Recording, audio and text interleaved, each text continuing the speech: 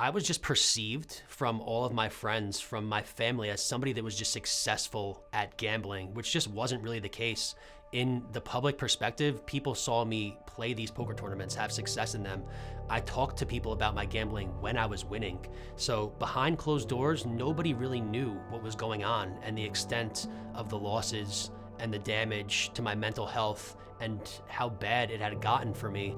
A lot of people don't see loot boxes as gambling, they just see it as a video game, and so certain members of my family thought that I'd just been completely irresponsible, didn't care about my family, and had just spent money on a game. And so they didn't speak to me for a good amount of time. But my cousin, she got in touch with me because she actually worked for a gambling operator.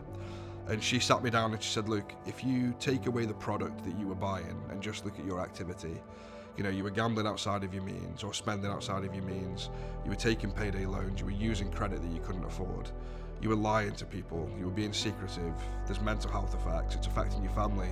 All of those things are consistent with a gambling addiction and the same behaviors that somebody with a gambling disorder would go through. Gambling, in a sense, is the hidden addiction because there's no outward signs of it, and somebody could be experiencing it right in front of your eyes and you may never know it.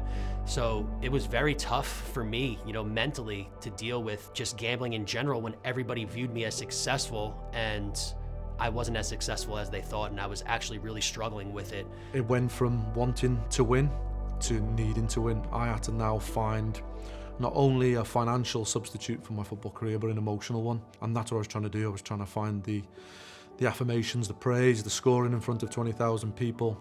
I was also trying to find the financial gap, and I wasn't in any position to bridge that gap. My mental health was poor, and this carried on probably for a period of about 10 years. It took a big toll on my mental health, my mood entirely based on if I was winning or losing that day. Depression, insomnia was a big one. I just really couldn't sleep, and when I did, I would wake up yelling because of the stress that was going on that I couldn't really talk about. So it was definitely a constant battle of, trying to deal with my emotions and perspective of me. And it was something that I ultimately couldn't do any longer.